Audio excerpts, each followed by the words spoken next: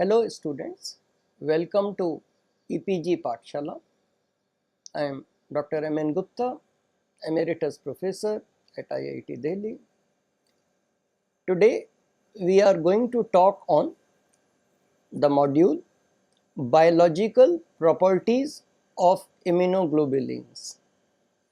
This of course belongs to the paper on immunology. The role of immunoglobulins is not limited to just combining with antigens. Each class of immunoglobulins play a number of other roles. In this lecture, we will discuss these various properties of immunoglobulins. The objective of this module are to look at the biological functions of immunoglobulins, also to understand how involvement of different classes of immunoglobulins in these functions differ, and how we will also develop a broad overview of the parts played by immunoglobulins during the functioning of this complete immunosystem response. So the concepts which we can enumerate belonging to this module are: number one, that not all classes of immunoglobulins effectively carry out all these functions. However, between them they succeed in covering this wide range of activities. That's the reason why different classes of immunoglobulins exist. Also, there is a good reason why the whole system was designed in such a way and why these different classes of immunoglobulins actually are needed. Each class, based upon its structure, localization, sometimes that localization is fixed, sometimes they are all over, or they have a wider range of places in the body where they function. So based upon these two parameters and few others, so each class can participate in a number of biological reactions. As we will see, there is a interactive nuance to these roles. So these properties will also indicate the nature of the interactive roles of immunoglobulins. Proteins with same or very similar biological specificity are called isoproteins. Thus we talk of isoenzymes or isolactanes. Antibodies differing in their structure but having the same specificity in terms of the antibodies are called isotypes. Hence, isotypes are essentially the 5 classes of Ig which we described earlier. One can also talk of isotypes in terms of Ig as an antigen itself. Antigenic determinants for a particular isotype are located at the constant region of Ig. Antigenic determinants for a particular isotype are shared by all Ig molecules in that particular class of Ig in a species. Isotypes differ from species to species. If we raise an antisera against an Ig from an animal, this antibody in that sera will react with the Ig of the same class of all animals of that species. Thus, antibodies in the antisera are said to be isotypes which define Ig of that species. So, what have we learned so far? We have learned that 5 different classes which are called isotypes. So, these 5 isotypes differ in their structure of their heavy chains. Serologically, these different H chains constitute different antigens in size, carbohydrate content, etc. In any antibody molecule, both chains are identical. That means they are two heavy chains and they are of the same kind. This nature of the heavy chain actually determines many biological properties of the antibody, such as its half-life. All isotopes have similar specificity. Where they may differ, however, is in their properties to bind to receptors on the other cells. We have also learnt that IgG has 4 subclasses and IgA has 2 subclasses. These are also called subisotypes. These subisotypes differ in arrangement of interchain disulfide bridges as well as have differences in other structural features. Consequently, there are differences in their functional properties. IgA exists in serum as a monomer but occurs in saliva, colostrum, and milk as a dimer with a J chain piece joining IgA monomers via disulfide bridges. In these secretions, apart from J chain, as we mentioned before, a secretory compound called Sc is also present. Sc is known to protect IgA against proteolysis. Of the two subclasses, IgA1 and IgA2, IgA2 is mostly present in mucosal secretions. IgA1 differs from IgA2 in having no interchain disulfide bridges. IgA protects the epithelial surfaces from infection. IgA present in the breast milk passes onto the gut of the infant and provides protection before the infant can develop its own protective system. It is necessary to again point out that the antisera obtained even against a simple antigen is very heterogeneous in terms of its antibody population and antibody specificity. As explained before, this happens because most antigens have multiple antigenic determinants and each determinant produces antibodies arising from triggering of more than one B cells. These antibodies will all react with the same epitope or antigenic determinant.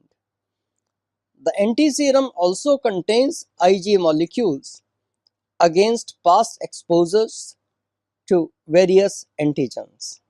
Now, as we have learned, corresponding to each antibody, there are subclasses or isotypes.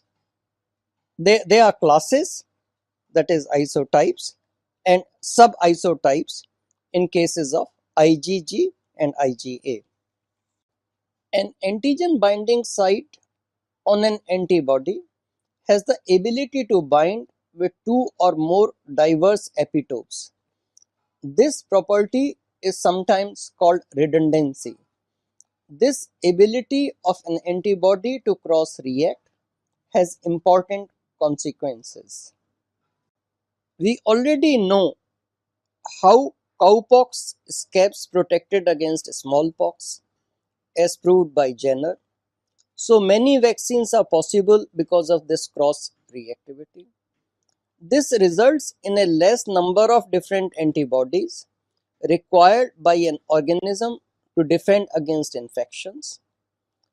Examples of cross-reactivity are the serum raised against albumin of hen's egg can cross-react with albumin obtained from duck's egg. The antiserum raised against human insulin will react with the insulin of pig, sheep, whale, etc. As another important example of cross-reactivity, the antiserum raised against pneumococcal polysaccharide will also react with Escherichia coli.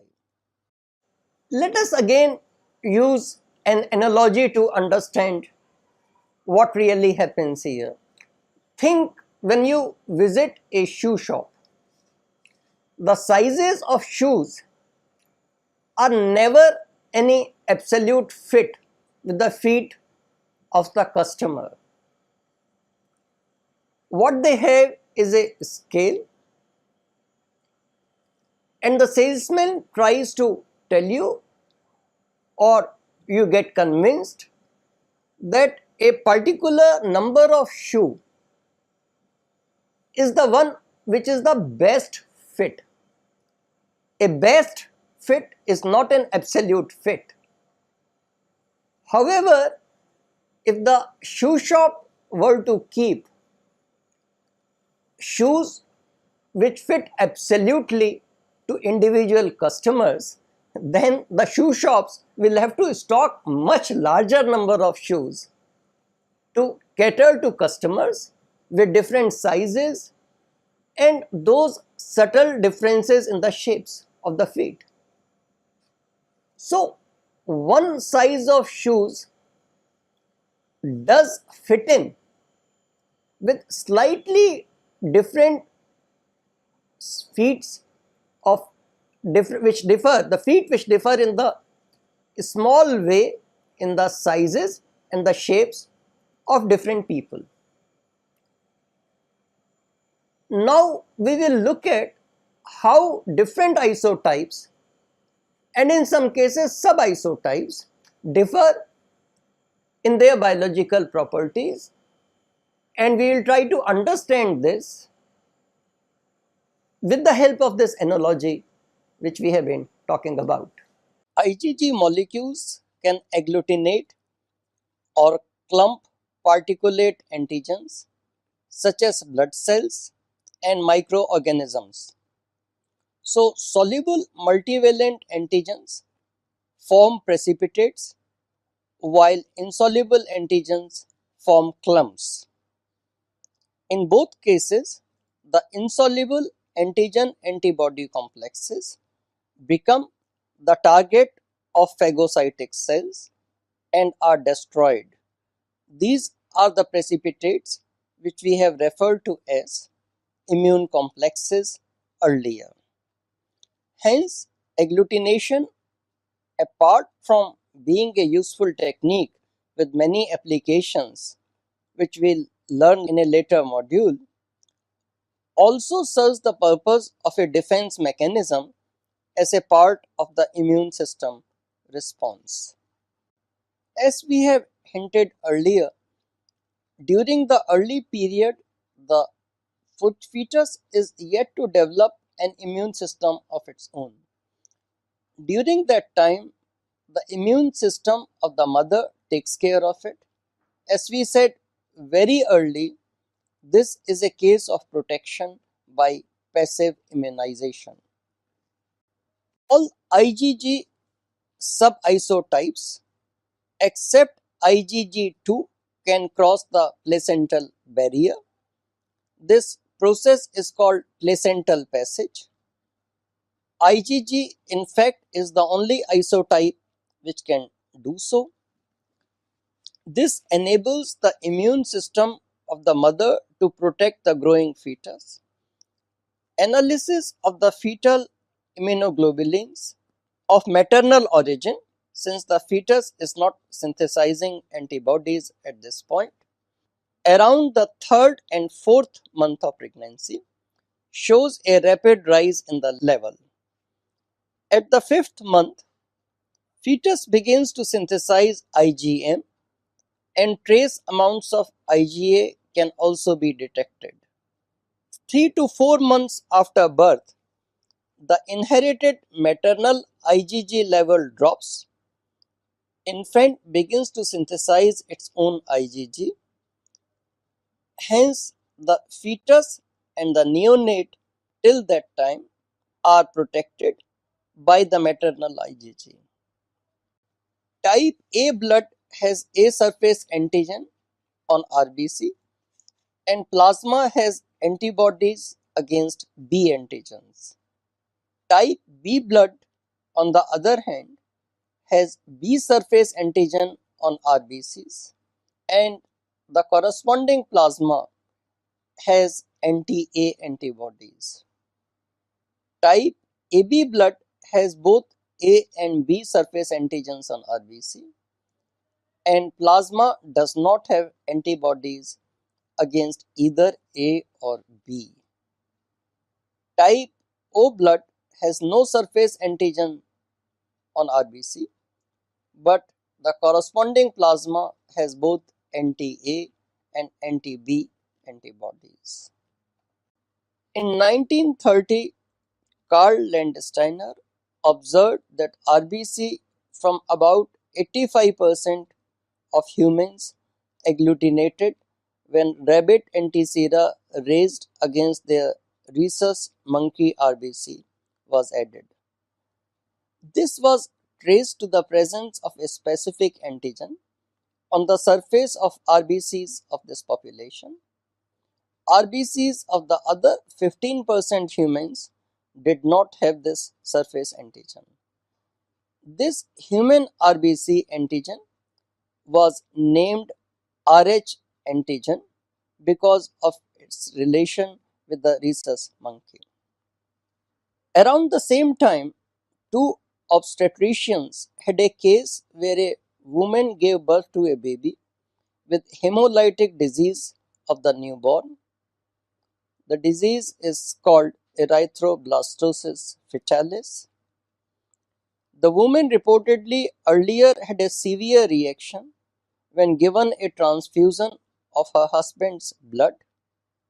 Luckily, a collaboration between Landsteiner and these people ensued, and it was found that while the husband had the same blood type under the ABO system, he was Rh positive, mother's blood was Rh negative, the baby's blood was Rh plus. Subsequent work showed that in all cases of erythroblastosis fetalis, mother's blood was Rh negative and baby's blood was Rh plus. This happened when father had the Rh plus blood. It was further found that the mother's sera in such cases has antibodies against Rh positive antigen. These antibodies were of IgG. So these IgG crossed the placental barrier and reacted with the Rh positive RBC of the fetus, which had Rh antigen, and caused hemolysis. A small amount of Rh positive RBCs from the fetus can cross the placental barrier. Immune system of the mother responds to these. This is normally too low a titer to cause a problem, and hence it is generally not a problem during the first pregnancy.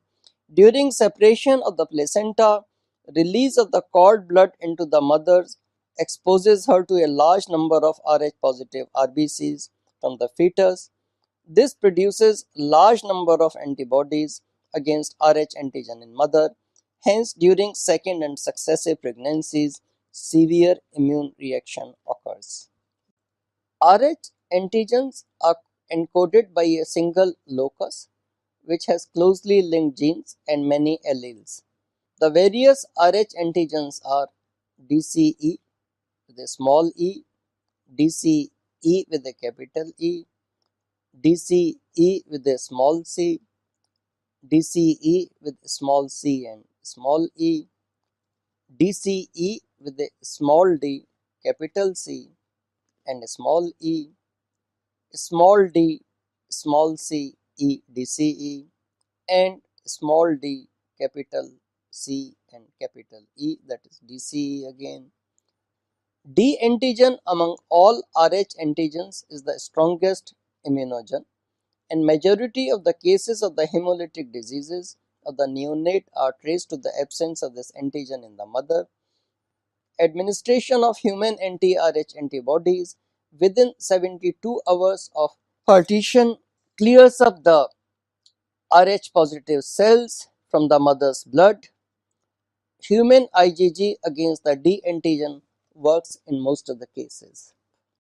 Why some similar incompatibility with ABO blood groups does not cause this problem? In case of ABO incompatibility, immunoglobulins primarily are of IgM isotype. As we have mentioned before in the passing, the antibodies or immunoglobulins of IgM isotype, they do not cross the placenta in the case of a pregnant mother. IgG, even if made, are absorbed by the placental tissues as these contain AB blood group substances. So what we have here in vivo, some kind of a affinity based separation happening, where these AB blood groups act as the specific ligand which are able to bind and thereby absorb these antibodies even of the IgG type. However, Rh antigen is different from the A antigen or B antigen. That is not present in such tissues because Rh antigen is present only in red blood cells. Opsonin in Greek language means to prepare for eating. IgG coats the microorganisms by recognizing various epitopes via its FAB portion. Many phagocytes, including macrophages and PMN phagocytes, have receptors for Fc portion and are thus able to recognize ready for phagocytosis microorganisms. Whole microorganism is engulfed and destroyed by the phagocytic cell. There is another phenomenon called antibody dependent cell mediated cytotoxicity, sometimes simply referred to as ADCC. In ADCC, large granular lymphocytes, macrophages or granulocytes bind to the IgG bound microorganisms or a tumor. This binding is again via their receptors for the Fc portion of the antibody. The cells destroyed the microbe or the tumor by releasing various substances, as has been explained earlier. Macrophages release enzyme and ROIs, whereas LGLs use perforin and cytokines. NK cells mediated cytotoxicity operates similarly and is also mediated by LGLs. Another phenomenon associated with immunoglobulins is the neutralization of toxins. IgG is the preferred isotype for passive immunization against toxins such as tetanus and botulinus. We have discussed this before while discussing passive immunization. The protection against microbes which release toxin can operate at various levels. The antibody can block microbe from infecting the cell. It can also stop spreading of the infection to the adjacent cells. Finally, antibodies can also block binding of toxin to the cell receptor. There are other two properties of the immunoglobulins. One is the immobilization of bacteria and another one is virus neutralization. In immobilization of bacteria, IgG specific to the flagella and cilia of mobile bacteria cause them to clump. This prevents their ability to spread in the tissue and invade the adjoining tissues. In the virus neutralization, both inhibition of viral attachment to the target cell by IgG against viral coat protein and inhibition of viral penetration or even shedding of the viral coat is known. By preventing shedding of the viral coat, it is ensured that the released DNA and RNA cannot lead to the virus replication. We have so far largely focused on the properties of IgG. Let us now look at the properties of IgA. The biological function of IgA is related to its presence in the secretions, which we have mentioned before. These secretions are tears, saliva, colostrum, sweat, and mucus. IgA is also a part of the mucosa associated lymphoid tissue, that is MALT. It is to be noted that the secretory form is always a dimer. It is the major Ig synthesized in the body. IgA is bactericidal for gram-negative bacteria in synergy with lysozyme. IgA is also an antiviral and agglutinating immunoglobulin. Let us now look at the properties of IgM. Elevated level of IgM reflects recent infection. Similarly, in fetus, this high elevated level indicate congenital or prenatal infection. As we mentioned earlier, IgM is synthesized by the fetus after 5 months of pregnancy. Being pentameric, it is obviously an efficient agglutinating antibody. IgM include natural isohemagglutinins. Bacteria in the gastrointestinal and respiratory tracts have surface antigens. Antibodies formed against these cross-react with the A and the B antigens of RBCs.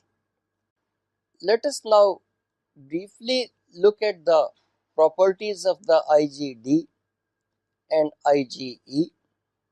IgD is present in serum in small quantities. It does not have any protective function in serum. Its physiological relevance perhaps lies in the fact that IgD initially is a part of the B cell receptor. On the other hand, the function of the IgE is better understood. We know that the IgE type of antibodies are involved in allergy and hypersensitivity reactions. We are going to look at the various types of hypersensitivity in considerable detail in the subsequent modules. So students, let us now summarize what we have learned in today's module. Apart from just binding to antigens, antibodies carry out a number of functions. Most of these, of course, follow as a consequence of antigen binding to antibody.